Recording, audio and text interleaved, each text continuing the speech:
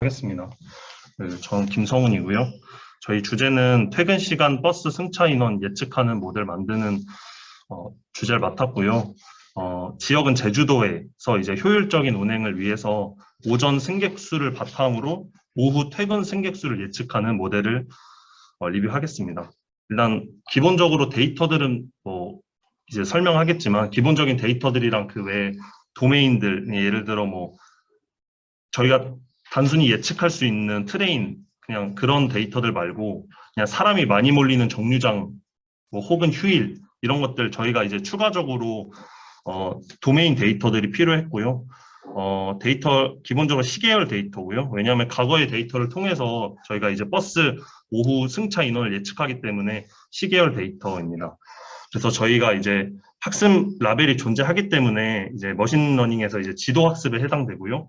거기서 이제 분류와 회귀로 나뉘어지는데 이제 분류가 범주형에 속하고 그 회귀가 실수형에 속하는데 저희 이제 버스 데이터들이 이제 실수기 때문에 회귀에 속합니다. 그리고 이제 회귀에서 다양한 기법들이 있는데 지금 나와 있는 LMSE 평균 제곱근 오차나 MSE MA 많은데 이제 RMSE 평균 제곱근 오차를 사용한 이유가 원래 기본적으로 MSE를 사용해도 되지 않냐라고 할 수 있는데 그 MSE와 RMSE 차이가 단순히 이제 루트를 취했다는 데 차이가 있는데 그 차이가 MSE를 사용하면 이제 값의 왜곡이 아무래도 있기 때문에 루트를 취함으로써 그 실제값이랑 분석값의 차이가 좀 왜곡이 MSE에 덜하고 또 직관적이고 예측 변수가 같아서 RMSE를 사용한 걸로 보입니다.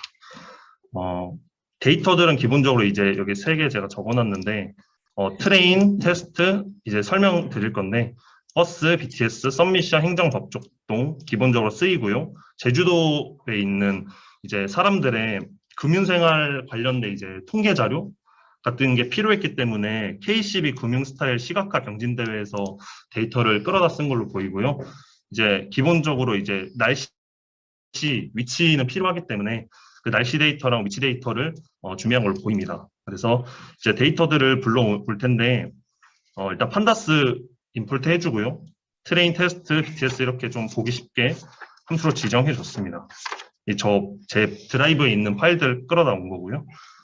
그냥 가볍게 말하면 이제 트레인 안에 있는 어떤 것들이 있냐면 그 19년도 9월에 출근 시간 승하차 인원과 저희가 예측해야 되는 퇴근 시간의 승차 인원 그 데이터들이 들어있고요. 테스트에는 트레인이랑 같은데 다른 점 하나가 저희가 이제 이 목표가 그 퇴근하는 승객들을 예측하는 거기 때문에 테스트에는 그 데이터가 있으면 안 됩니다. 그래서 그걸 제외하고 트레인과는 같고요.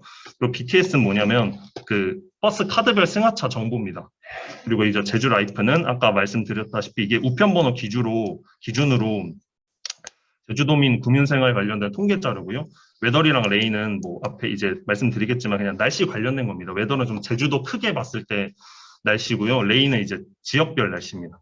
그래서 이제 이거 OS 이런 거 잡아주고요. 트레인을 보게 되면 딱히 보게 될 건 어려울 건 없고 그냥 아이디 날씨, 버스 루트 아이디, 버스 종류, 스테이션 코드 그러니까 역 코드 그리고 그 스테이션 네임, 위도경도 나와 있고 여기 봤을 때 저희가 봐야 될 게 사실 이건데 그 라이드가 승차 타는 거고 테이크오버가 내리는 겁니다. 그래서 이 앞에 있는 거는 그냥 보시다시피 시간이고요. 쭉 봤을 때 여기가 이제 퇴근, 그러니까 퇴근이 아니라 이 시간대 내린 사람들, 이 시간대 탄 사람들 아무래도 출근해야 되기 때문에 이제 사람들 숫자가 이렇게 많은 게 보이고요. 여기는 이제 이 시간대는 아무래도 내리는 사람 없기 때문에 이렇게 보입니다. 그래서 마지막 보면 저희가 이제 예측해야 되는 이 시간대가 있는데 이게 이 시간대에는 이건 아무래도 테스트는 없을 겁니다. 왜냐하면 이걸 맞춰야 되기 때문에 테스트에 있으면 안 돼서 테스트를 보다 보면 앞에는 다 똑같은데 이제 여기 이 차이가 있습니다. 이게 있고 없고의 차이입니다. 그리고 이제 이 데이터를 그냥 가볍게 봤을 때 이 53명이 되게 많아서 왜 많은가 봤더니 여기 제주국제공항이더라고요. 그래서 많을 수밖에 없는 약간 그런 이유. 그냥 이 정도 한번 파악했고요. 이렇게 내려갔을 때 이제 BTS, 그러니까 이제 그 카드를 찍는 승하차 정보인데 이제 그냥 그 회원에 대한 카드 아이디, 버스 아이디, 이게 비에이클 자동차 그 버스에 관련된 아이디고요. 궤도는 탄 사람에 대한 그 시간, 날짜, 시간 정도 나와 있고요. 이거는 반대로 이 네 개랑 똑같이 이건 내린 사람들 이렇게 그대로 나와 있습니다. 그리고 이 뒤에 이게 뭔지 몰랐는데 이 카테고리가 승객을 구분하는 거예요. 이게 나중에 나오겠지만 1이 뭐 일반 승객, 2가 어린이, 뭐 3이 노인 약간 이런 승객 구분이 된 거고요. 유적 카운터는 이제 계산한 인원수입니다. 카드로 이제 몇 명 찍었는지 나타내는 거고요. 이걸 이제 결측지를 존재가 하기 때문에 이제 확인을 해봤는데 여기 보면 이게 대충 240만 명 정도의 이제 사람들이 정보가 담겨 있는데 여기가 결측이 돼 있는 이유가 혹시 아시겠나요? 네.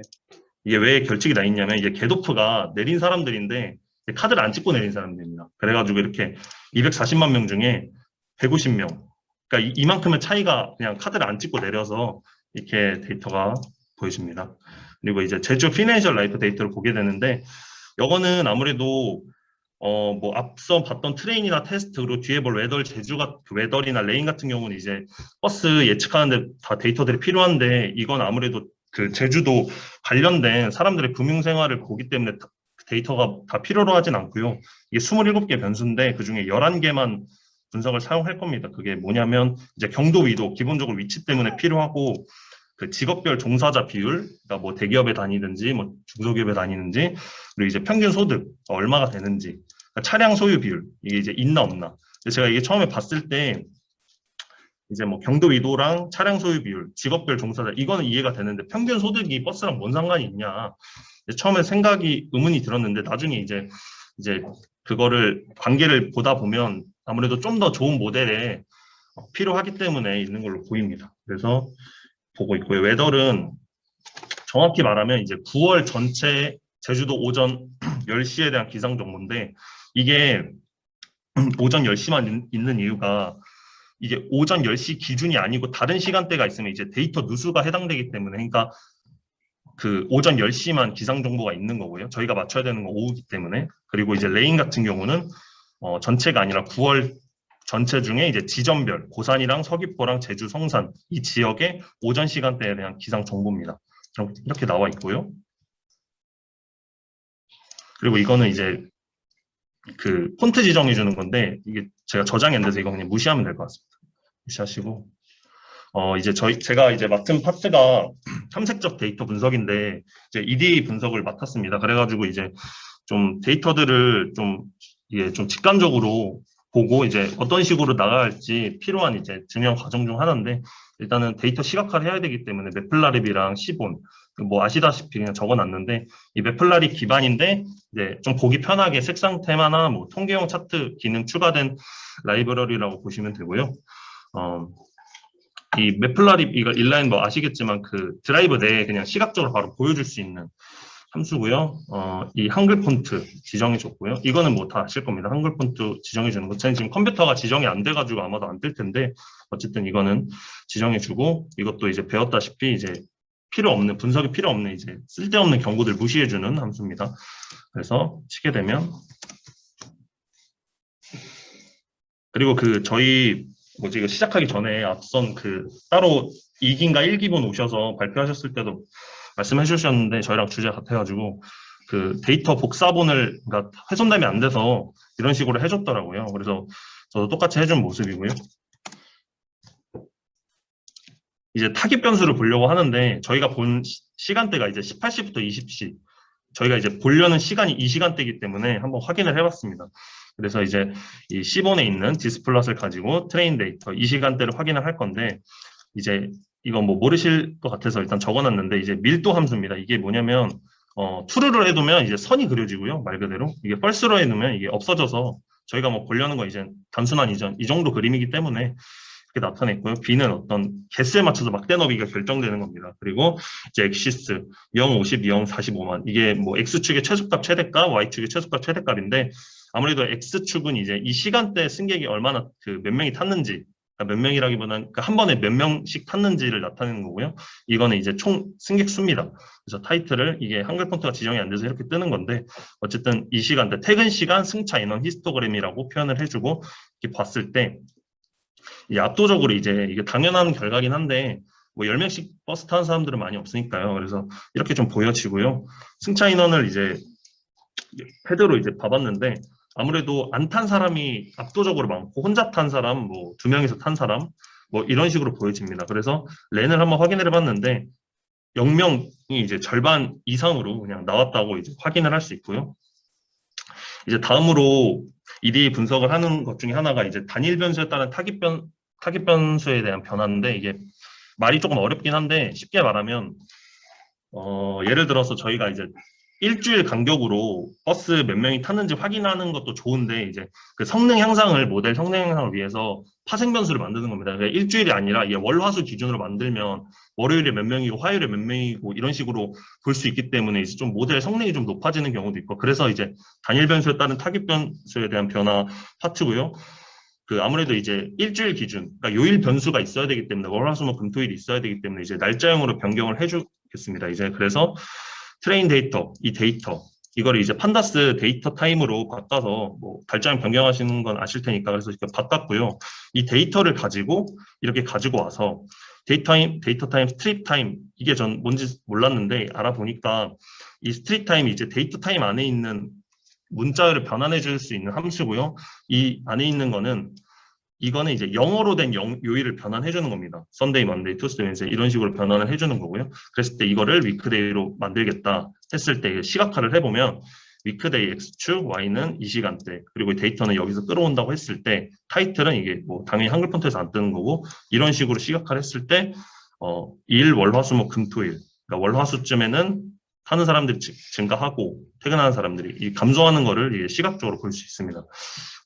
그래서 이제 이게 버스가 물 있어? 물.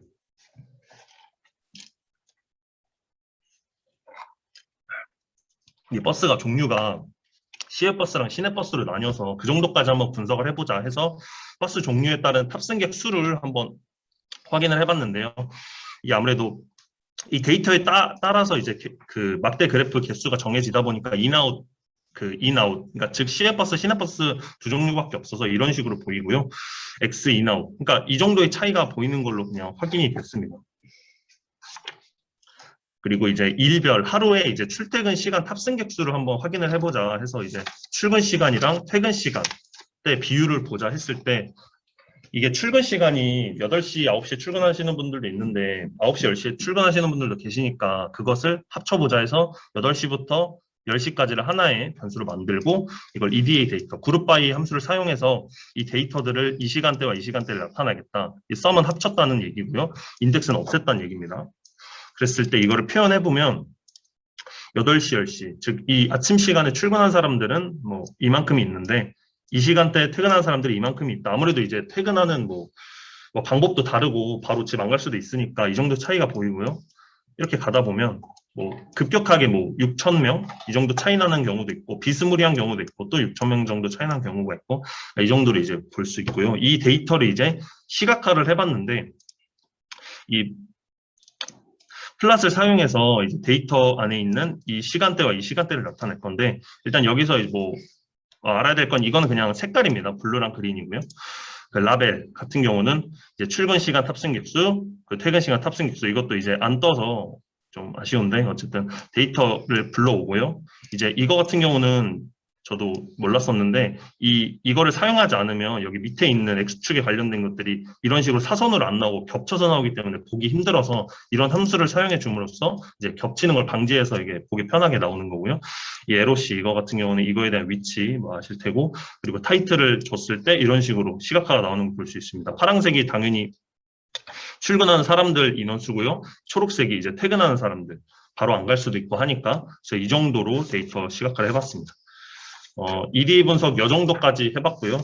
그러니까 EDA 분석을 하면서 솔직히 왜 필요한지에 대해서 잘 몰랐었는데 그러니까 이런 것들을 보면서 뭐 직관적으로 데이터 보고 또 어떤 식으로 나아갈지 뭐 결칙지 없는지 이런 것들을 이제 확인할 수 있어서 꼭 필요한 작업이라고 이 리뷰를 하면서 전 생각이 들었습니다. 그리고 이제 데이터 던처리부터는 저희 조의 우신범 님이 해주시겠습니다. 혹시 바로 시작하나요? 왜 공일시 중지한다나? 아, 네. 네. 목 아파. 안녕하세요. 저는 데이터 전처리부터 모델링까지 맡게 된 3조 우신범입니다. 우선 데이터 전처리를 설명하기 전에 그 책의 227페이지를 보면은 이제 여기서 데이터 전처리에 대한 순서를 좀 볼 수 있거든요. 보시면 아까 성우님이 이렇게 발표해 주신 EDA를 통해서 이제 나타낸 데이터들을 변수로 만들어주고, 그 다음에 도메인, 그 다음 시간대, 그리고 버스 BTS 이렇게 그 데이콘에서 제공해준 자료를 이제 하나하나 변수로 만들어내는 과정을 축소해서 보여준 것이라, 일단 우선 수업하기 전에 먼저 이 책 227페이지를 보라고 말씀드렸습니다. 다 보셨다면 이제 바로 데이터 전처리에 대해서 설명 들어가도록 하겠습니다. 일단 데이터 전처리에 대해서 저는 이제 나중에 저희가 팀 프로젝트 해야 될 때 좀 쓸만한 코드들이나, 그리고 이제 이 코드에 대한 설명들을 위주로 발표하려고 준비해 왔습니다. 여기 부분들은 그냥 기본적인 데이터 불러오는 과정들이라 넘어가겠습니다. 가장 우선적으로 이제 트레인의 Q와 테스트의 Q를 이렇게 0과 1로 나눠주는 이유는, 저희가 이제 데이콘 자료를 받아왔을 때 이게 9월 자료와 10월 자료가 있는데, 저희가 이제 예측해야 될 자료는 10월 자료입니다. 그래서 10월 자료가 테스트 자료로 이렇게 트레인 테스트를 나눠주는 과정에서 이제 0과 1로 나눠주는데요. 이걸 미리 한 이유는 이 데이터 통합과 이런 변수 처리를 하는 데 있어서 데이터 통합이 엄청 많이 일어나기 때문에, 이걸 미리 해주지 않으면 나중에 가서 해줄 수 없기 때문에 미리 이제 트레인 테스트를 0과 1로 나눠줘서 데이터 프레임으로 만드는 과정이었습니다. 이거는 뭐 트레인 데이터와 테스트 데이터를 행을 기준으로 이제 합쳐가지고 데이터 프레임으로 만들겠다. 이렇게 해서 df 헤드를 뜨시면 이제 아까 기본적으로 나와 있던 자료에 Q열이 이제 생긴 것을 볼 수 있습니다. 이제 탐색적 데이터를 통해서 아까 보았던 자료들을 이제 변수로 어떻게 나타낼 것인지 이제 나타내는 과정이 이제 데이터 전처리 과정인데, 이제 일단 우선적으로 이 df에서 데이트가 여기 보시면 이렇게 날짜로 나와 있는데, 이게 지금 문자열입니다. 문자 형식입니다. 이거를 날짜열로 변형해 주기 위해서 이제 데이트 타임을 이용해서 df 데이트에 다시 넣어주는. 그리고 이제 이 dt weekday란 함수는 제가 처음 봤는데, 이제 아까 monthsday부터 영어로 나타낸 그거를 0부터 6으로 이제 숫자로 변환해 주는 함수입니다. 그렇게 해서 이제 weekday라는 열을 만들어서 이걸 넣어주면은 이렇게 숫자로 이렇게 나오는 것을 볼 수 있습니다. 이제 요일별 평균 탑승 객수를 또 이제 변수로 다시 넣어줄 건데, 여기서 쿼리 함수가 이 조는 되게 많이 사용하더라고요. 그래서 저는 쿼리 함수에 대해서 우선적으로 설명하자면, 이 쿼리 함수는 이제 데이터 프레임에 적용하기 전에 이 쿼리를 쓰면 이 쿼리 안에 이제 어떤 조건을 주어가지고 데이터 프레임에서 그 조건에 맞는 자료를 쉽게 바로바로 불러올 수 있더라고요. 이거는 나중에 저희가 뭐 파이널 프로젝트나 이럴 때 많이 쓸 수 있을 것 같아서 일단 우선적으로 설명을 먼저 드렸습니다. 이제 각 뽑아낸 이제 1에서 이제 각 평균적으로 탑승하는 탑승 객수를 구해야 되는데요. 일단 이제 저희는 트레인 데이터를 학습해야 되니까 쿼리에서 일단 Q가 0인 자료들을 불러와서 트레인 데이터에 넣고, 이제 인덱스는 다시, 왜냐하면 이게 인덱스가 새로 지정될 때니까 인덱스를 새로 만들고, 그다음 기존 인덱스는 이제 지워준다는 함수입니다. 그리고 이제 평균을 구할 건데, 미리 이제 가장 끝열에 weekday min이라는 열을 만들고, 이제 그냥 기본값 1을 그냥 임의로 집어넣는 겁니다. 그리고 이제 데이터 프레임에서 쿼리 함수를 이용해서 아까 나눠진 weekday 이 숫자들을 하나씩 이제 조건으로 뽑아서 인덱스만 뽑아서 여기 인덱스 0이라는 그 변수에 넣고, 이거를 다시 조건을 주어서 이 weekday 0인 이것 인덱스들만 여기 18시에서 20시까지 탄 평균 탑승객 수를 이제 평균한다는 뜻입니다. 여기서 인덱스 0과 마이너스 1이 나오는데, 처음에 저는 이게 끝까지 다 뽑아온다는 소린가 했는데 그건 아니고요. 이 인덱스 0에는 여러 가지 인덱스가, 그러니까 여기 해당되는 인덱스가 엄청 많을 거 아닙니까? 그 인덱스들을 다 불러오고, 그 다음에 끝열, 아까 말했던 위크데이 민이 가장 끝 열에 이렇게 1이 지정돼 있는데, 거기에 이제 이 값들을 다 집어넣겠다는 뜻입니다. 이렇게 해서 0부터 6까지 다 똑같은 작업을 진행시켜주고, 그 다음에 데이터 프레임을 만들면 이제 각 일별 평균 탑승 객수가 이제 데이터 프레임에 들어가게 됩니다. 이렇게 해서 평균을 내보면 이렇게 1.0432 이런 식으로 나오게 됩니다. 그리고 이제 일별 평균 탑승 객수를 구했다면 이제 버스 종류별로도 평균 탑승 객수를 구해야 되는데, 이거는 이제 기본적으로 제주도의 버스는 이제 시내와 시외로 나눠져 있습니다. 그래서 이거를 함수로 만들어서 똑같이 이제 트레인 데이터 Q, 이건 아까 했던 작업이 넘어가고요. 똑같이 아까도 이제 위크데이 민을 1로 기본적으로 지정해 놓은 것처럼 새로운 열을 만들어서 이렇게 임의값을 지정해주고, 거기에 다시 이 나눠준 값들을 다시 넣어주는 걸 반복하고 있는 걸 볼 수 있습니다. 그렇게 해서 이제 데이터 프레임 헤드를 보면 이렇게 잘 들어간 걸 볼 수 있죠. 그 다음 저희는 이제 오전 시간대를 바탕으로 오후 시간대에 이제 승객수를 예측해야 되기 때문에 오전 시간대의 총 탑승객수도 이제 중요한 변수에 들어갈 수 있다고 생각했습니다. 그래서 6시부터 7시, 그러니까 총 6시부터 11시까지 모든 탑승객수를 합쳐가지고 이 데이트를 기준으로 그룹 바이 함수는 굉장히 많이 나오더라고요. 그래서 꼭 기억해 놓으면 좋을 것 같습니다. 이렇게 해서 합쳐서 넣어주고, 이거를 이제 넣어준 값에 이 열을 정하는 것. 그리고 멀지 함수. 이제 이렇게 새로운 데이터 프레임을 만들었으면 다시 이제 df 그 기존 데이터 프레임에 이거를 합쳐줘가지고 how left. 이거는 이제 데이터 프레임을 기준으로 f를 합쳐주겠다는 소리입니다. 그리고 이 on date는 이 데이트를 기준으로 그렇게 해서 합쳐주면 이렇게 잘 나오는 것을 볼 수 있습니다.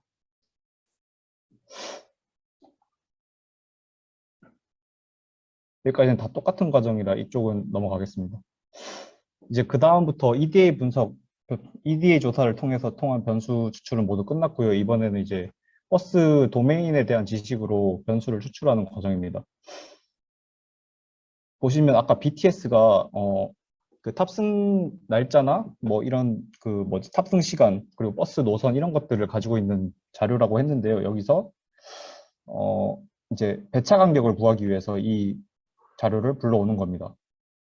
그래서 get 타임을 이제 time2로 지정해주고 이제 일단 우선적으로 버스 노선 이런 탑승 정류장 코드 탑승 날짜별로 이렇게 순서가 정렬이 돼야 되기 때문에 sort value를 사용해서 이걸 기준으로 오름차순으로 이제 정렬을 일단 먼저 해주고 다시 데이터 프레임 임의 f라는 데이터 프레임에 넣어줍니다.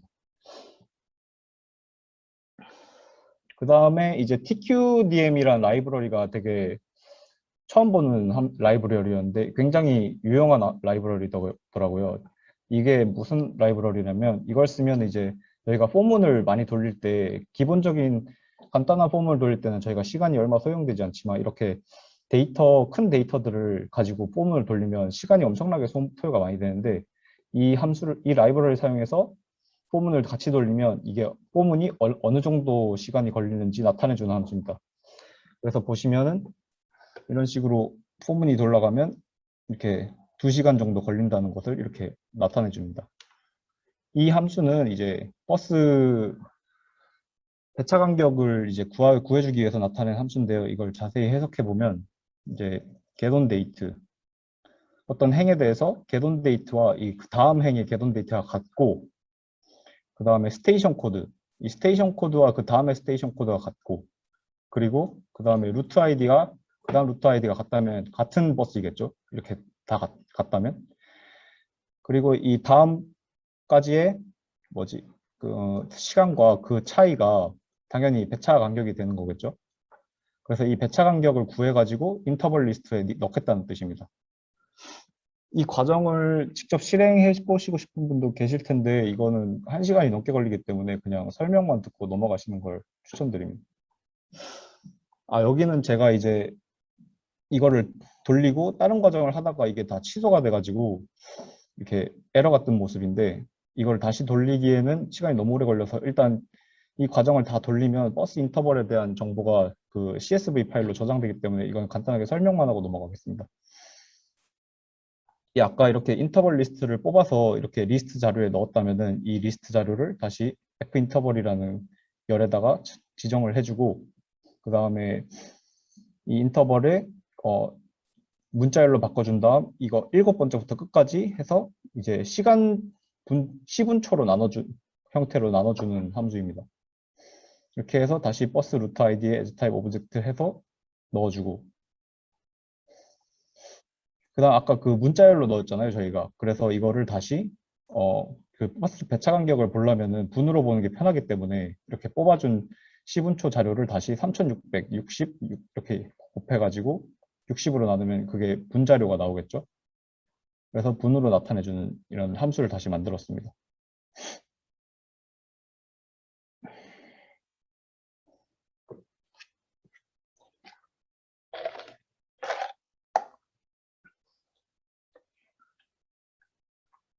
그리고 여기서 다시 포문을 돌려가지고 이제 모든 그 아까 인터벌로 뽑았던 자료들을 모두 분자료로 바꿔주는 포문을 돌린 다음에 이제 이 타임을 다시 숫자형으로 바꿔주는 작업입니다. 그래서 여기서 3 이상 180 미만이 무슨 뜻이냐면 만약에 버스 배차가 3보다 작다면은 이거는 그냥 쓰지 않고 지나갔다는 뜻으로 해석할 수 있는 겁니다. 이거는 약간 버스 도메인 쪽에 지식이 있는 사람이 이렇게 이런 코드를 짠 것 같은데 이 3분보다 작다는 것은 그냥 사람을 태우지 않고 그냥 지나갔다는 뜻으로 해석하고 그 다음에 180보다 크다는 소리는 이제 그 버스 배차기 시간이 길다는 것은 이미 이제 막차를 끝나고 그 다음 날까지 이제 기다렸다는 뜻으로 해석되기 때문에 큰 의미가 없는 자료들을 이렇게 다시 뽑아주는 겁니다.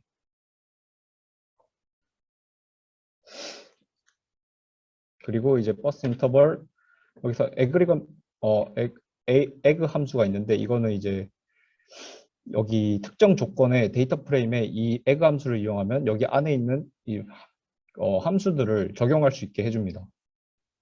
그래서 버스 인터벌이라는 열을 만들고 여기에 평균을 구해서 버스 루트 아이디를 그룹바이를 버스 루트 아이디별로 해서 이제 다시 데이터에 집어넣겠다는 뜻입니다.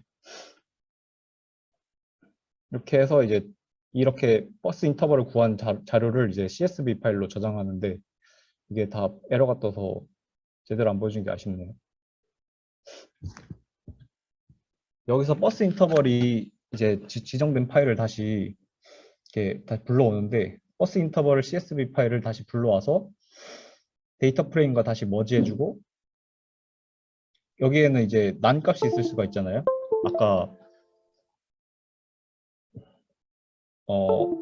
그 3시간 이상이나 3분 미만인 것들 때문에 근데 이 난 값을 혹시 9999로 채워주는데 왜 이렇게 9999로 채워주는지 생각해 본 분 계신가요?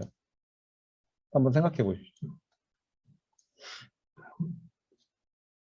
이 9999로 채워준다는 것은 버스 인터벌이 짧을수록 유의미한 자료잖아요. 왜냐하면 배차 간격이 짧다는 것은 버스가 많이 배차돼 있다는 소리고 그렇기 때문에 여기를 만약에 필라를 0으로 줘버리면은 약간 의미가 생겨버릴 수 있는 자료이기 때문에 오히려 큰 값을 줘버려가지고 의미 없는 자료로 만들어준 것입니다.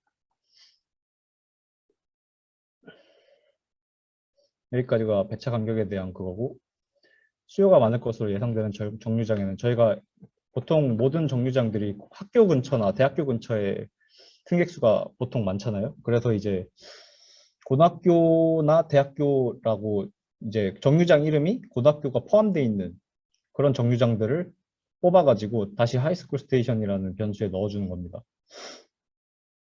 그리고 이게 노선이 겹칠 수가 있기 때문에 중복되는 정류장이 많기 때문에 그냥 유니크로 뽑아서 하이스쿨에 다시 리스트 형태로 뽑아서 하이스쿨에 저장해주고 똑같은 방식으로 유니버시티 대학교도 똑같이 이렇게 뽑아서 해주면 됩니다. 여기서 컨테인이라는 함수는 이제 조건을 주는 건데 이 스테이션 네임이라는 열에서 뭐 고등학교라고 포함이 된 글자가 있다면 이제 true 아니면 false로 나타내고 그거를 다시 데이터 프레임으로 나타내면 이제 거기에 맞는 행들이 다 쭈루룩 뽑아지게 됩니다.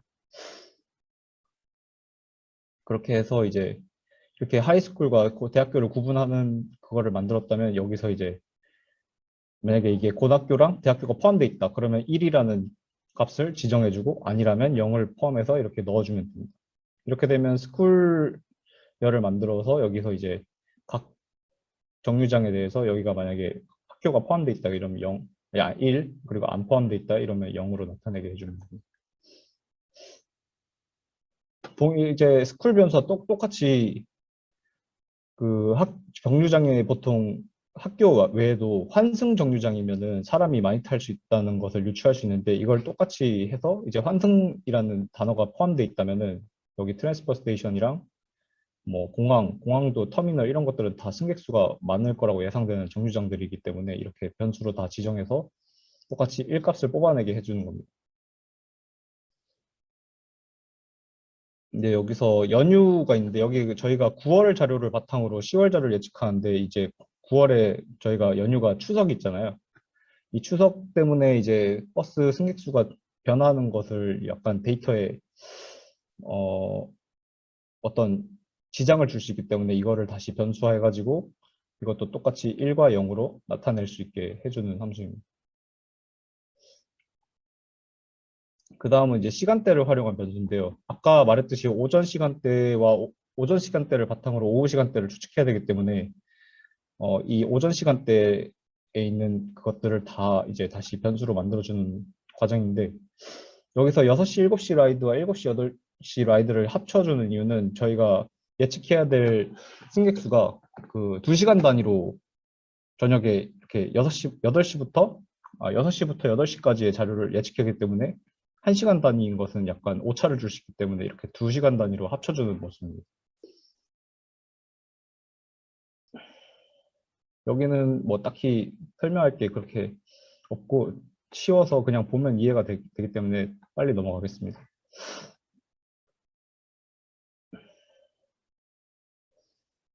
여기서 에그 메서드를 다시 한번 설명하는데요. 이게 리스트 형식으로 이렇게 안에 표현하면 다수의 함수를 데이터 프레임에 적용하고 이제 딕셔너리 형태를 통하면 각 이제 키값 그 키와 그것처럼 각 열이나 행마다 함수를 다르게 설정할 수 있다는 함수입니다. 이것도 굉장히 많이 사용돼서 일단 설명에 넣었습니다. 나중에 알아두시면 나중에 뭐 팀 프로젝트를 할 때 유용하게 쓸 수 있을 것 같아서 이제 여기서 버스 루트 아이디와 스테이션 코드를 합쳐주는데 이거 노선별 시간대별 탑승객 수를 구하기 위해서 이걸 합쳐주게 됩니다. 일단 문자열로 변환하고 그 다음에 콤마를 주고 이렇게 합쳐주는 이렇게 합쳐줘서 루트 스테이션으로 넣어주면은 이제 그룹 바이를 루트 스테이션으로 해가지고 10시부터 12시까지 승객수를 뽑아내고 그걸 다시 썸과 민우를 할 수 있게 됩니다. 여기서 오전 시간 총 승객수를 구한다고 하면서 10시부터 12시 승객수만 구하는 이유를 솔직히 찾지를 못해가지고 일단 의문적으로 남겨두었습니다.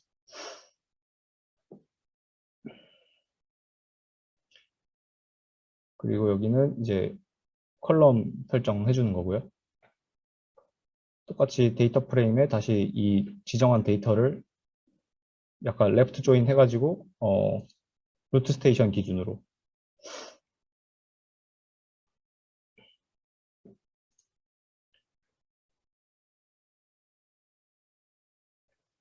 그다음 버스 BTS를 활용한 변수인데요. 여기 버스 BTS의 자료는 이제 승객이 어떤 승객에 대한 자료가 들어가 있는데 이제 승객이 사용한 카드에 이제 나이가 어떻고 어른인지 청소년인지 아니면은 뭐 장애인인지 이런 것들을 나타낼 수 있고 언제 탔는지 그리고 언제 내렸는지 이런 것들에 대한 자료가 들어있기 때문에 이거를 가지고 이제 또 변수화할 것입니다. 이제 버스 루트 아이디와 유저 카테고리로 그룹 바이를 해서 유저 카운트를 구하려고 하는데 이거는 제가 알아보려고 정한 함수라 밑에서 다시 설명드리겠습니다. 이제 카테고리별로 승객수의 합을 다시 구할 건데요.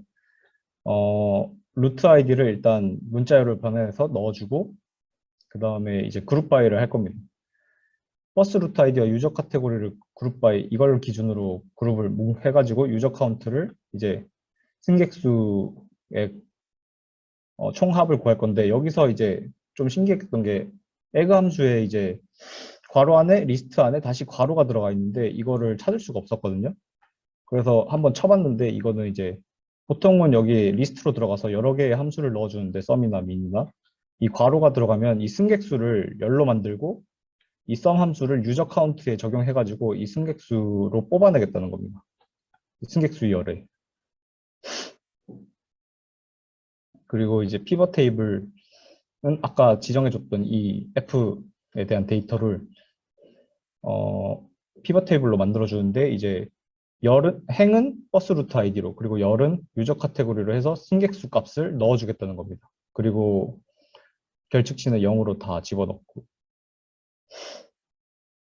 그 다음에 여기는 열 지정해 주는 거고요. 똑같이 계속 머지 함수가 나오고 있는데 이렇게 데이터 전처리 과정에서는 계속해서 이제 어떤 열과 그 변수를 만들어주고 기존의 이제 데이터 프레임에 계속 합쳐주는 작업이 계속 반복되고 있다는 것을 알 수가 있습니다. 그래서 저희가 이제 어떤 변수 이름이나 어떤 중복된 이런 것들을 잘 처리해야 된다는 걸 알 수 있습니다.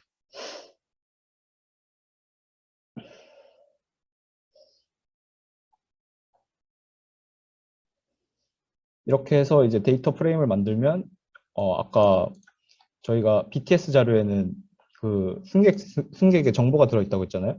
그래서 이제 어른이 사용했는지 어린이가 사용했는지 아니면 청소년인지 아니면 노인층인지 이런 거에 대한 총 승객수의 합이 이렇게 잘 나오는 것을 볼 수가 있습니다.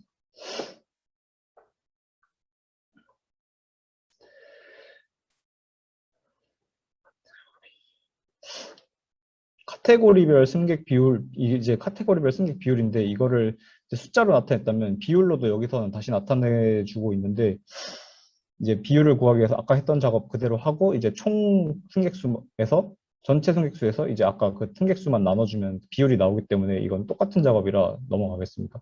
이렇게 결국 나눠줘서 이렇게 다시 변수로 지정해주고 넣어주는 걸 볼 수 있습니다. 여기서 저희가 심플 임퓨터 클래스가 나오는데 이거는 굉장히 유용할 것 같아가지고 일단 설명을 적어냈는데 심플 임퓨터 클래스는 이제 데이터 프레임의 결측치를 효과적으로 채워줄 수 있거든요. 어떻게 하냐면 이 심플 임퓨터를 불러와서 이제 저희가 결측치를 적용할 열들을 이렇게 지정해주고 이거를 임퓨터라는 변수에 다시 이걸 넣고 어떤 함수를 쓸 건지 여기서는 평균을 했거든요. 이거를 이렇게 해놓고 이제 이거를 fit 트랜스폼으로 하면은 데이터 프레임 안에 있는 모든 결측지에 대해서 저희가 원하는 그 아까 구하고 싶었던 그 평균을 대체할 수 있거든요. 그래서 이거는 이제 트랜스폼 fit 하면은 이 각 열에 대해서 결측치에 대해서 이 열에 있는 평균들을 그냥 결측치에 다 집어 넣어줍니다. 이거는 나중에 저희가 파이널 프로젝트 할 때 유용하게 쓸 수 있을 것 같아서 꼭 알아두시면 좋을 것 같아요. 왜냐하면 결측치 처리가 굉장히 귀찮잖아요, 저희가. 일일이 이걸 모른다면 일일이 열 정해가지고 결측치를 넣어줘야 되는데 이 클래스를 사용하면은 결측치에 바로바로 적용할 수 있는 함수를 이용해가지고 결측치를 다 채워줄 수 있기 때문에 이건 꼭 알아두고 가셨으면 좋겠습니다.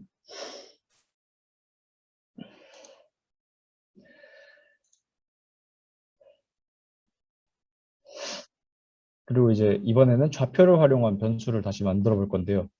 이 geopi 함수는 위도와 경도를 이용해서 위치 정보나 거리를 구할 수 있게 해주는 함수입니다. 자세한 설명은 잘 안 나와 있어가지고 그냥 위치 거리를 이제 구해주는 함수라고 생각하고 보시면 될 것 같습니다.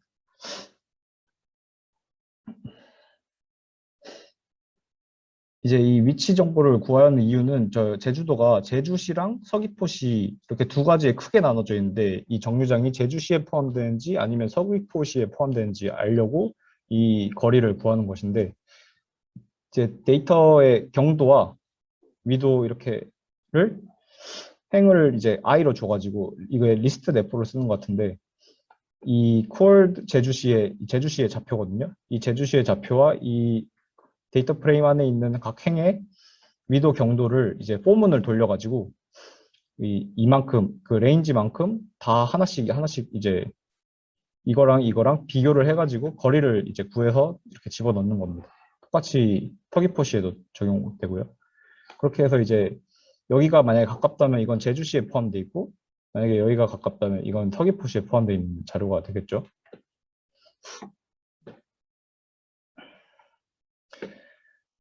그래서 이제 여기 팀에서는 이제 승차 인원 상위 10개의 버스 정류장 좌표를 이제 다 구해가지고 이제 이거를 다 거리를 구했는데, 이거는 아마 데이터 프레임에서 이제 인원을 기준으로 솔트를 하면은 상위 10개의 자료에 대해서 버스 정류장 좌표를 이제 구할 수 있게 되는데, 이건 개인적으로 하고 이제 그냥 여기 책에만 이렇게 넣어준 것 같습니다. 그래서 이 과정들을 다 이제 서귀포신지 제주신지 구별하기 위해서 이 거리를 구해주는 건데, 아까 이거랑 똑같은 것들인데 이게 합쳐져서 보여서 좀 복잡해 보일 뿐이지 되게 간단한 작업입니다. 근데 이거를 실행하는데 시간이 많이 걸리기 때문에 이렇게 하면 이제 디스턴스 제주시청 이렇게 열들이 나오는 걸 볼 수 있는데, 이게 다 거리를 구한 그 값들입니다. 각 정류장별로 이제 제주신지 서귀포신지 가까운지 이렇게 구한 거리들이 이렇게 데이터에 잘 나와 있는 것을 볼 수 있습니다.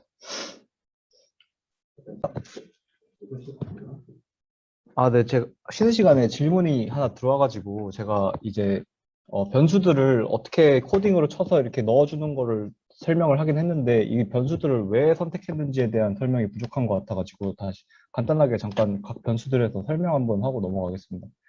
이제 저희가 이 데이콘 하는 목적이 무엇이냐면, 이제 효율적으로 제주도 교통체증이 심화됨에 따라서 이제 퇴근 시간 버스 승차 인원 예측을 통해 가지고 이제 효율적으로 버스 운영을 하기 위해서 이 데이콘에 이제 의뢰를 한 것 같아요.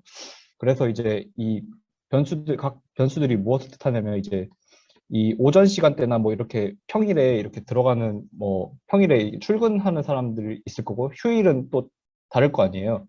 그래서 이제 이런 탐색적 분석을 통해서 이런 뭐 휴일에 이렇게 나가는 사람들이 어떤 상관적으로 얼마나 이제 퇴근하는 시간에 미치느냐, 이런 것들을 좀 상관적으로 분석하기 위해서 이제 탐색적 데이터 분석을 통해서 변수를 넣어주고, 이제 도메인을 조사를 통한 변수는 이제 배차 간격.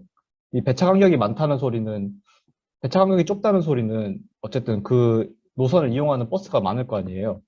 그래서 이런 버스가 많이 이용하는 쪽이 아마 퇴근 시간에서 이제 탑승 객수가 아니면 내리는 승객수가 많을 것이다. 이런 거를 이제 상관적으로 분석하기 위해서 이렇게 도메인 조사 변수를 이렇게 또 넣어주시는 거고, 시간대를 활용한 변수도 이제 보통 퇴근 시간이나 출근 시간은 보통 뭐 8시나 9시 아니면은 뭐 이제 저녁 6시나 8시 이쯤에 사람들이 많이 몰릴 것 같다는 생각을 이제 논리적으로 할 수 있잖아요. 이런 것들을 이제 다 변수로 만들어 가지고 결국 오후에 이제 결국 승하차한 인원수를 예측하기 위해서 이런 변수들을 집어넣는 겁니다.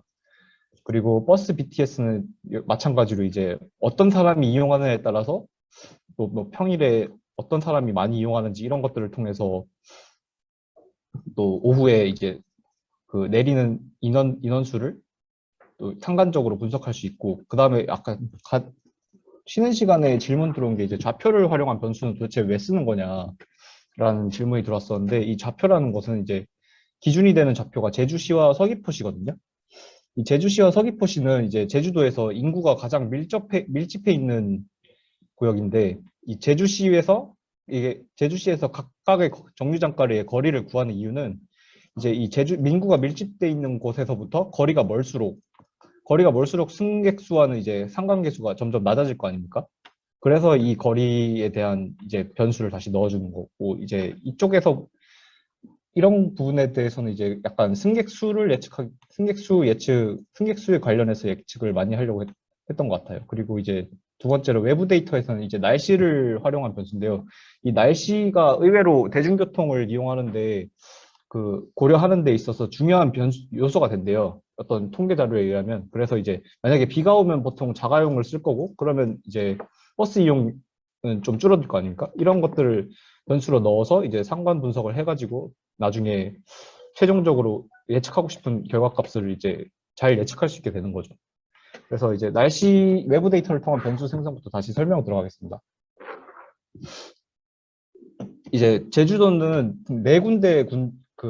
네 지역을 이렇게 나눠가지고 날씨를 예측한대요. 이제 이 네 지역이 크게 이렇게 날씨가 다른가 봐요. 그래서 제주 측정소, 고산 측정소, 성산 측정소, 그리고 뭐 서귀포 측정소 이렇게 네 군데로 나눠지는데 아까 약간 거리를 구한 거와 마찬가지로 이 각 측정소와 정류장까지의 거리를 구해가지고 이제 어느 지역에 해당하는지를 뽑아내기 위해서 이 지오파이 디스턴스 지오 도메스틱 이거를 해가지고 각 정류장까지의 거리를 각각 구해서 여기에 해당하는 이제 제주시, 고산시, 성산 측정소, 이제 서귀포 이런 걸 구분해주기 위해서 이 코드를 작성했다고 보면 됩니다. 그래서 여기서도 약간 리스트 내포처럼 이제 포문을 안에서 돌리고 다시 이제 한 번에 이걸 해결하는 것을 볼 수 있는데 그냥 해석하자면 그냥 이게 집 함수 각 데이터 프레임에서 이제 그 각 정류장마다 이제 설정돼 있는 경도 위도 자료를 이제 리스트로 집으로 만들어서 이 리스트를 각각 IJ에 넣어서 이 제주 측정소와 고산 측정소, 성산 측정소, 서귀포 측정소까지의 거리를 다 구하겠다는 뜻입니다. 그래서 이제 T1, T2, T3, T4를 이렇게 집어 넣어 준 거고요. 이걸 이렇게 뽑아보면 각각의 거리가 나옵니다. 만약에 여기 거리가 제일 짧다. 그러면 이 정류장은 제주 측정소에 할당되어 있는 지역이라고 보면 될 것 같습니다. 그렇게 해서 가장 가까운 관측소를 뽑아내는데 이걸 똑같이 집으로 이제 아까 구했던 T1, T2, T3, T4를 리스트로 넣어서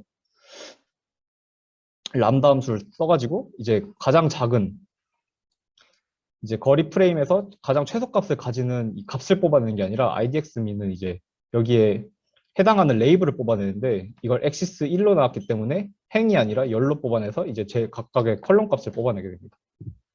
그래서 이렇게 디스트네임이라는 변수로 넣어주고 열 다시 뽑아보면은 이 각 정류장이 어디에 해당했는지 제주, 서귀포 이런 식으로 뽑아낼 수 있게 됩니다.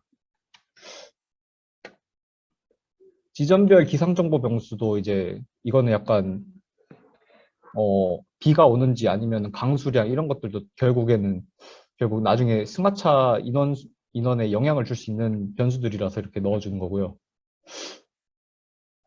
여기는 크게 뭐 아까랑 했던 거랑 큰 차이가 없어서 빠르게 넘어가겠습니다. 그래서 뭐 템퍼레처 24.65도 나오고 뭐 비는 안 왔다 이런 0으로 온 거 안 온 거를 이제 0으로 이렇게 나눠준 겁니다. 그래서 비 안 오는 날 0, 비 오는 날 1로 해서 이렇게 뽑아주면은 비 안 오는 날은 이렇게 0으로 나오고 비 오는 날은 1로 나오고 제주 파이낸셜 라이프 데이터는 이게 이 변수는 또 왜 이렇게 그 승하차 인원의 예측을 하려고 넣었느냐 하면은 이 제주 파이낸셜 라이프 데이터에는 그 각 제주시에 사는 이제 그 인컴 수익 정보나 아니면은 이제 각각 직군들의 정보가 많이 포함되어 있는데 만약에 이제 공무원이 많이 있는 지역이다 하면은 그쪽 주변에 버스 이용객이 이렇게 증가할 것이고 아니면 뭐 대기업 쪽이 많이 몰려 있다 이러면 이런 것들을 뽑아낼 수 있기 때문에 이 데이터를 사용한 것 같습니다. 이 외부 데이터를 사용하기 때문에 이 데이터 프레임과 합쳐주기 위해서는 이제 공통된 열을 하나 만들어줘야 되거든요. 그래서 이렇게 로케이션 동시를 뽑아내고 그것들을 이제 레티튜드 여기서 공통되는 변수는 경도 위도밖에 없었기 때문에 이거를 구조를 똑같이 해주기 위해서 합쳐주고 로케이션으로 맞춰주는 겁니다. 이게 데이터 전체를 하다 보면은 이게 어떤 데이터 프레임을 불러올 때 어디서 나오는 건지 까먹을 때가 있거든요. 워낙 많은 작업을 해서. 그런데 이런 것도 이제 잘 정리해 두시면 좋을 것 같습니다. 나중에. 그래서 처음에 저도 이거 할 때 제주 라이프라는 데이터 프레임이 어디서 나왔는지 기억이 안 나가지고 고민을 많이 했는데 알고 보니까 초반에 다 불러왔던 거였습니다. 그래서 이제 엑시스 기준으로 또 이렇게 통합을 해주고 이제 10개까지만 딱 뽑겠다는 거죠. 이렇게 해서 합쳐서 또 로케이션으로 넣어줘서 이제 이거를 로케이션을 바탕으로 df 파일에 이제 이 로케이션을 집어넣어 그러니까 머지하겠다는 뜻입니다. 그렇게 해서 뽑아내면 이런 식으로 로케이션 동시가 딱 나오게 되죠.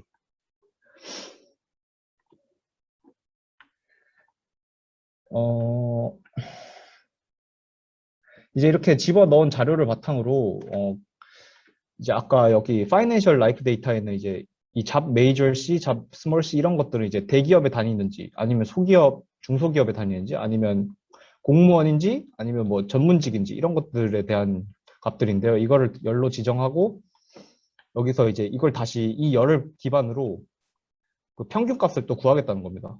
너무 많은 변수를 지정하는 게 아닌가 싶은데 여기서 그렇게 해서 1등을 했으니까 그냥 그렇다고 하고 넘어가시면 될 것 같습니다. 결국 여기서 이제 평균값 구하고 이제 동을 기준으로 평균값을 구하고 각 그 직군들에 대해서 그다음에 또 여기서 두 번째는 동을 기준으로 이제 합계를 구하고 마지막으로 이제 여기서는 이제 비율 얼마나 되는지 이런 비율들을 구하는 과정을 다 하셔가지고 데이터 프레임에 다시 다 집어넣는 과정입니다. 이게 결국은 변수가 계속해서 많아지는 걸 볼 수 있습니다.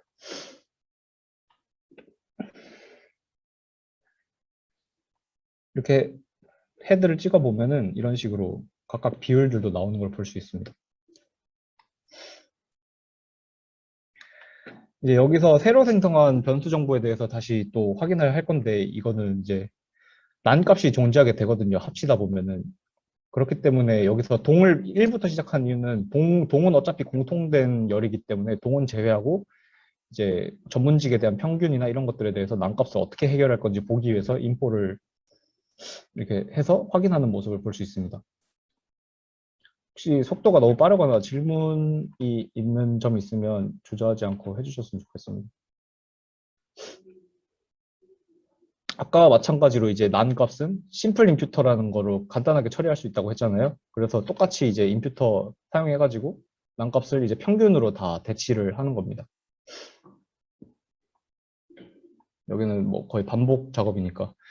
추가 변수 생성은 이제 뭐 승합차 시간대 아까 했던 것도 뭐 추가적으로 더 넣어주는 거고 이제 기상 변수에서 뭐 더 추가할 게 생겼나 봅니다. 여기서 뭐 현재 기온이나 체감 온도 이런 것들도 결국에는 버스 대중교통을 이용하는데 어떤 고려 요소가 될 수 있고 일강수도 이렇게 고려 요소가 될 수 있으니까 추가적으로 더 넣어준 건데 책에는 자세히 나와 있지 않아서 저도 여기는 빠르게 넘어가겠습니다.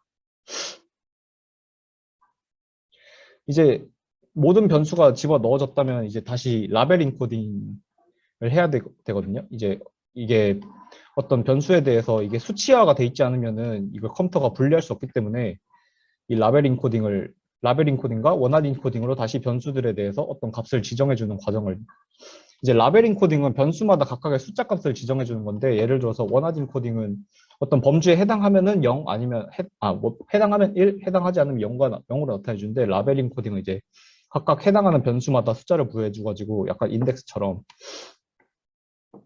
그렇게 해주는 겁니다. 예를 들어서 이제 in, out은 시외 버스인지 시내 버스인지 이런 걸 지정해 준 건데 만약에 시내면 0, 시외는 1 이런 식으로 지정해 줘서 라벨을 만들어 주는 겁니다. 그리고 주말, 주중, 주말이랑 주중 0과 1로 나눌 수 있고요. 그리고 시와 동도. 시는 제주시, 서귀포시 두 개밖에 안 되니까 0과 1로 나눠지는데 동은 제주시 안에서도 엄청 많을 거 아니에요. 그래서 이제 보시면은 47까지 이 정도로 많게 이렇게 라벨이 생성된 걸 볼 수 있습니다. 그리고 원활 인코딩 변수에는 이제 뭐 위크데이 이제 월, 화, 수, 목, 금, 토, 일 이거를 이제 원활 인코딩으로 나눠서 월요일인지 아니면 화요일, 수요일 이렇게 이건지 확인해 주기 위해서 원활 인코딩으로 위크데이. 그리고 디스트네임은 아까 저희가 그 서귀포시 측정소와 거리가 내 어디에 해당되는지 그걸 거리를 통해서 알 수 있다고 그랬잖아요. 그래서 이게 제주시에 해당되는지 아니면 고산 측정소에 해당하는지 이런 걸 원활 인코딩을 나타내게 해주기 위해서 이 두 가지를 원활 인코딩으로 변환해 준 거를 볼 수 있습니다. 이제 모델 구축과 검증인데요. 이제 모델 구축을 함에 있어서 이제 컬럼을 좀 제거를 해줘야 돼요. 왜냐하면은 이제 문자형 변수는 여기 저희가 모델에 이렇게 학습시키는데 도움이 안 되거든요. 그렇기 때문에 여기서 컬럼에서 여기 보면은 데이터 타입이 오브젝트라고 나와 있잖아요. 이 오브젝트라고 나타나져 있는 모든 컬럼들을 뽑아서 리스트에 넣고 이것들을 다 드롭시키겠다는 뜻입니다. 그리고 데이터 타입이 만약에 뭐 데이트 타이밍 그러니까 날짜형 것들도 또 제거해주고 결국 이렇게 제거하게 되면은 이제 숫자형 변수만 가진 것들에 대한 컬럼만 남게 되겠죠. 그리고 학습 데이터 아까 Q 0과 1로 나눈 거 기억나시죠? 그래서 이제 0은 트레인 데이터고 1은 테스트 데이터인데 이걸 한 이유를 여기서 좀 알게 되었던 게 결국 이 과정 중에서 계속 리셋 인덱스를 하면서 데이터 프레임을 결합하다 보면은 이 0과 1을 지정해주지 않으면 테스트 트레인 데이터가 다 섞여버릴 수가 있거든요. 근데 이 0과 1을 아까 미리 지정해줌으로 인해서 이 여기서부터 분류할 때 그냥 쉽게 Q에 0을 해당하는 것만 어디지? Q에 0에 해당하는 건 그냥 바로 트레인 데이터로 집어넣을 수 있기 때문에 아까 이렇게 0과 1을 지정해 준 거를 알 수 있었습니다.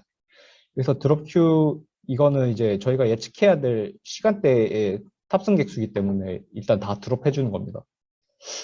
그리고 테스트 데이터도 마찬가지로 다 드롭해 주고 타깃 변수에 저희가 예측해야 될 게 18시, 20시 라이드가 들어간 걸 볼 수 있습니다.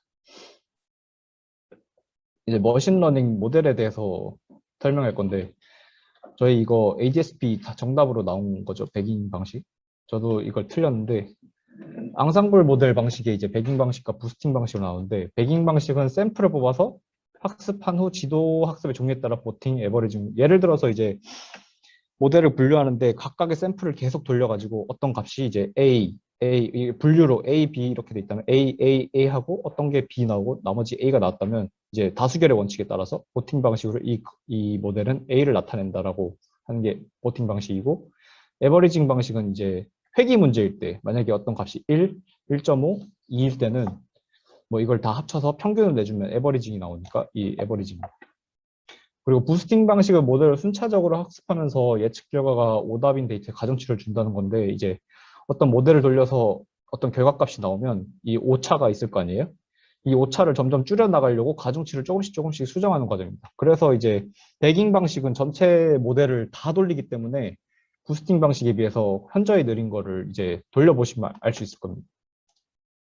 배깅 방식의 대표적인 앙상블 모델이 랜덤 포레스트인데 여기서부터는 다들 익숙하시니까 그냥 뭐 이렇게 돌려봤다. 근데 이제 시간을 보시면 34분 나오는 거 보이시죠?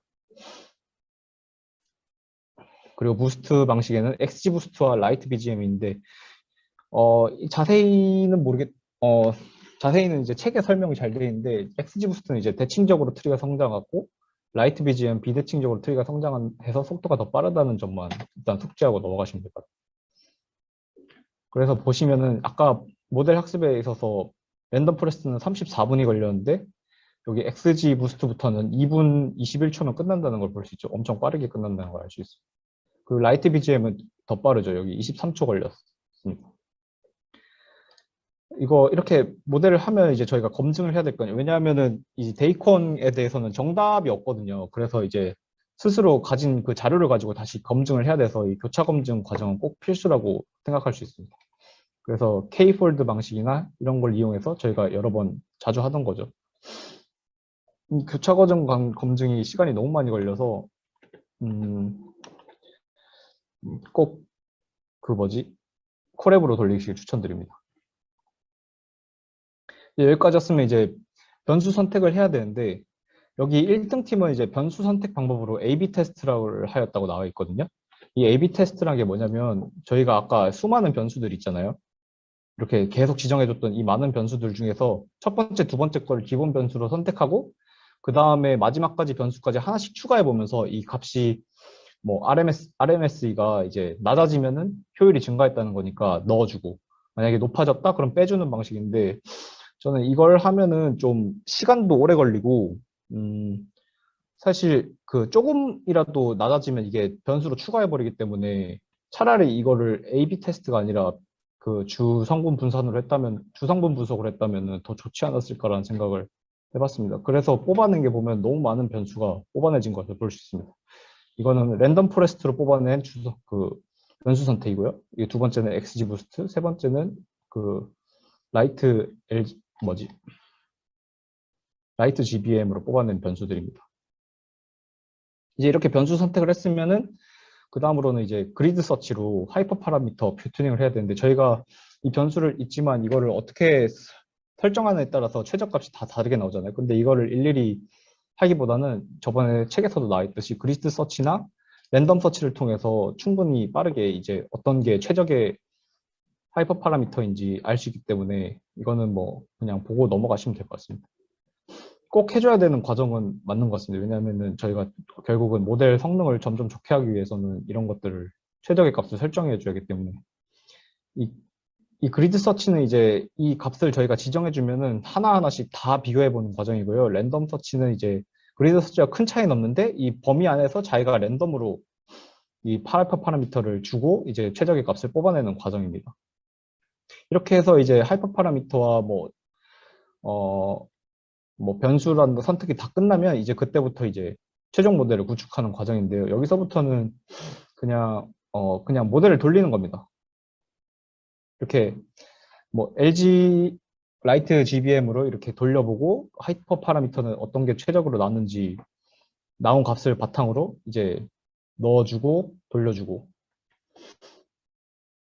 여기서부터는 다 모델을 돌려보는 과정이기 때문에 크게 설명할 것이 없어서 저는 여기는 이제 슬슬 정리를 해보려고 합니다. 이렇게 해서 나온 값들을 보면 다 이제 여기가 RMS 이 값인데 이게 1.72면은 맞죠? 그리고 다 돌려봤을 때 0.81 이게 제일 좋게 나온 값입니다. 이 여러 번 모델을 돌리는데 이게 왜 여러 번 모델을 돌리냐면 아까 변수 선택 과정에서 이렇게 세 가지가 나왔잖아요. 이거를 하나씩 다 넣어주기 때문에 여러 번 모델을 돌리는 겁니다. 이렇게 해서 저는 전처리부터 모델링 과정까지 발표를 마치겠습니다. 제가 이 전처리를 공부하면서 좀 느낀 거는 사실 코드 자체가 뭐 어렵다라는 생각은 전혀 안 들고요. 충분히 저희가 다 배웠던 거 내에서 나오는 정도라 이제 오히려 알고리즘 해석하는 코딩보다 이 데이터 전처리 코드 해석하는 게 좀 더 쉬운 것 같습니다. 그런데 이제 문제는 이런 변수들을 어떻게 합쳐주고 그 다음에 어떻게 이런 변수들을 생각할 것인가 그런 것들이 이제 중요한데 그런 것들을 생각하고 코드로 만드는 과정을 저희가 잘 익혀야지 나중에 파이널 프로젝트에서 좀 성과를 낼 수 있지 않을까 그런 생각을 해봅니다. 다음 발표부터는 이제 양수환 님이 발표할 겁니다. 저는 3조의 양수환이고요. 저희가 맡은 부분은 성능 향상을 위한 방법으로 앞에 모델링에서 이미 최종 모델을 만들었지만 그걸로 제출은 해도 되는데 거기서 더 좋은 성능을 내기 위해서 나왔던 파일간 앙상블을 한 번 더 해서 더 정확한 단점을 보완하고 더 정확한 예측 값을 내기 위해서 하는 과정입니다. 이 앞에서 5개의 서브미션 파일을 나왔는데 이 과정을 보면은 미리 빈 리스트를 2개를 만들어서 소리가 작다고요? 이거 키울게.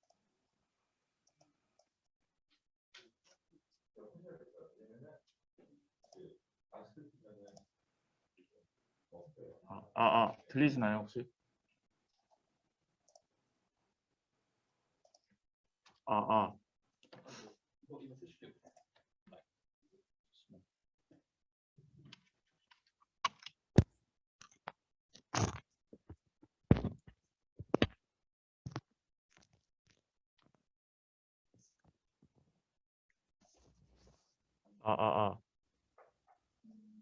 잘 들리시나요?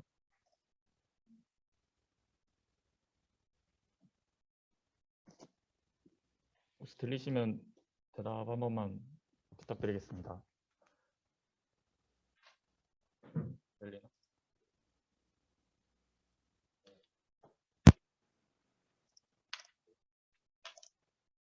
여기 서브 리스트라는 빈 리스트를 만들어서 여기에는 경로 안에 있는 CSV 파일을 담을 리스트고 그 밑에 빈 리스트는 확장자를 제외해서 파일 명만 담을 리스트를 미리 만듭니다.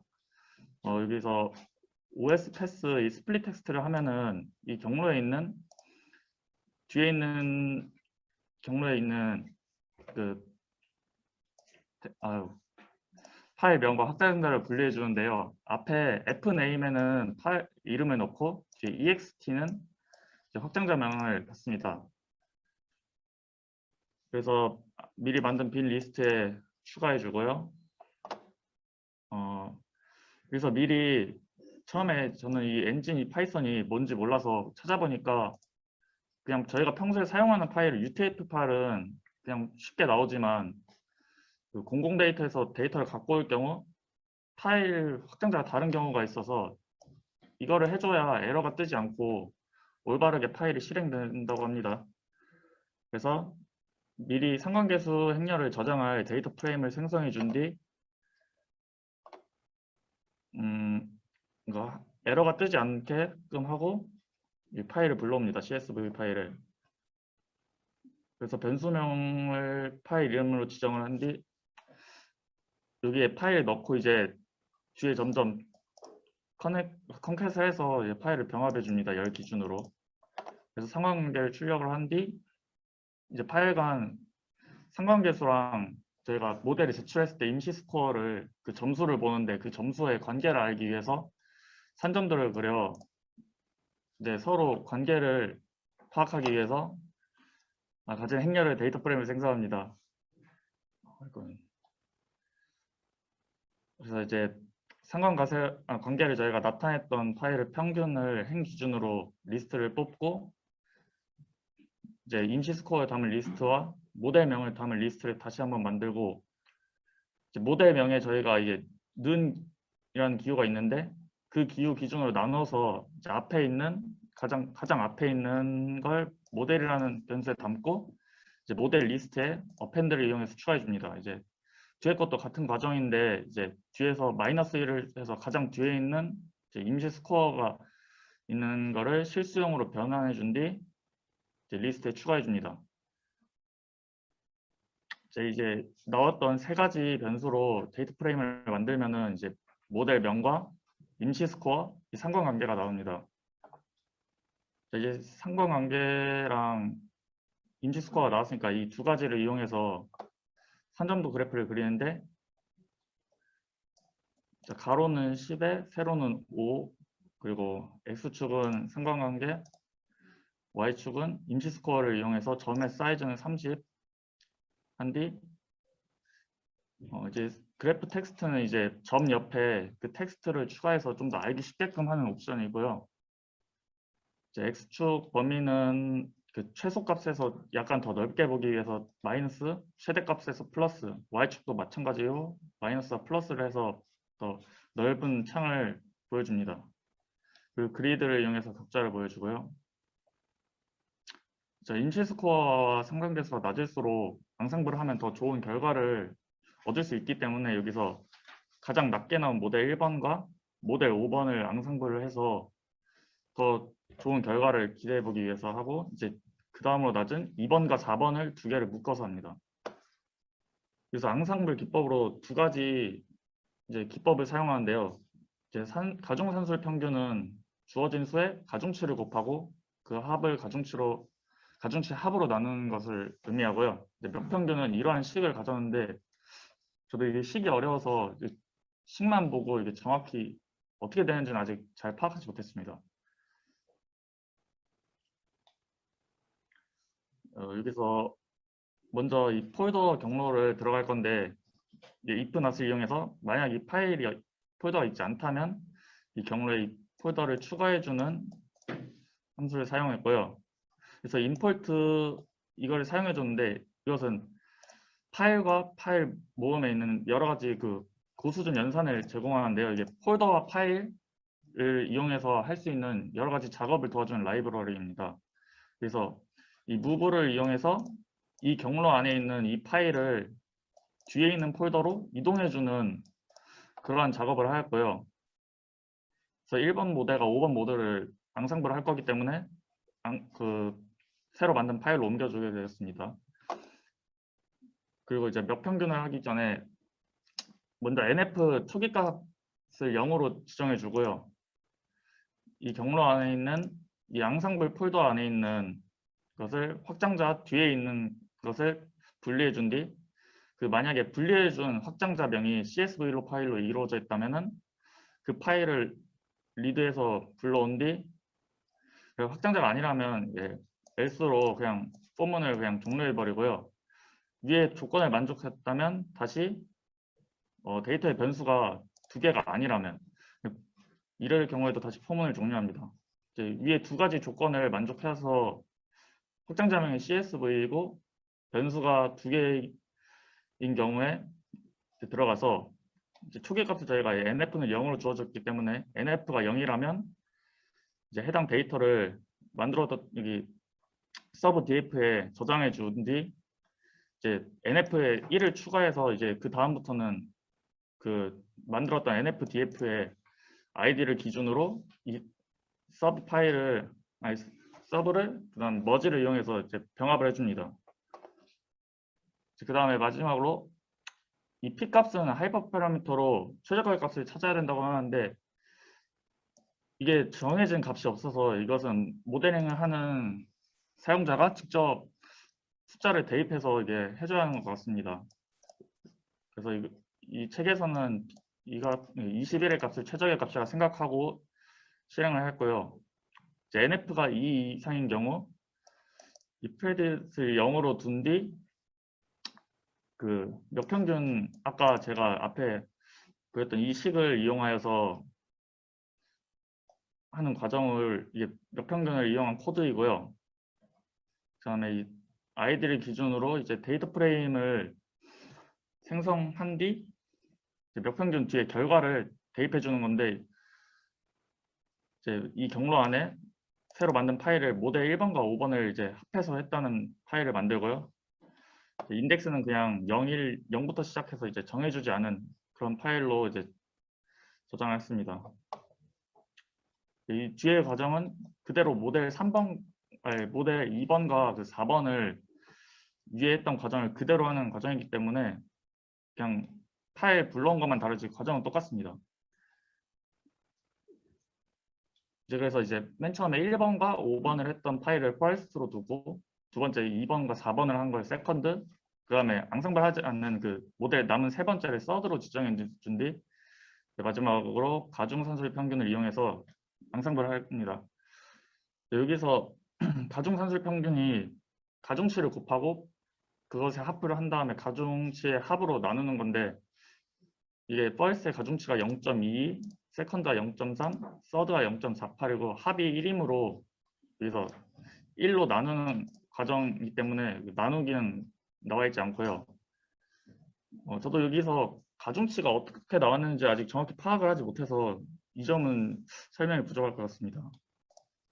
그래서 파일을 불러온 뒤 가중산술 평균식으로 값을 낸 뒤 이제 그 값을 이 열에 추가해 줍니다. 그리고 이 저장을 하고요. 이 조가 그 수상 요인으로 가장 마지막으로 수상 요인으로 뽑았던 이유를 적어놨는데요. 이게 모델 목적에 맞게 그다음에 데이터 누수가 일어나지 않게 올바른 범위를 사용해서 사용한 점을 첫 번째로 꼽고요. 두 번째는 과적합이 일어날 가능성이 있는 모델링을 최대한 피하고 거기에 있는 저희가 회기를 사용하는 목적에 맞게 안정성 있는 모델을 선정하여서 모델링을 하고 그 변수마다 있는 값의 개수도 다르고 그것을 맞추기 위해서 과적값을 피하기 위해서 여러 가지 방법을 사용한 뒤 이제 저희가 교차 검증 이제 RMSE 기준으로 이제 최대한 과적합을 피했고요.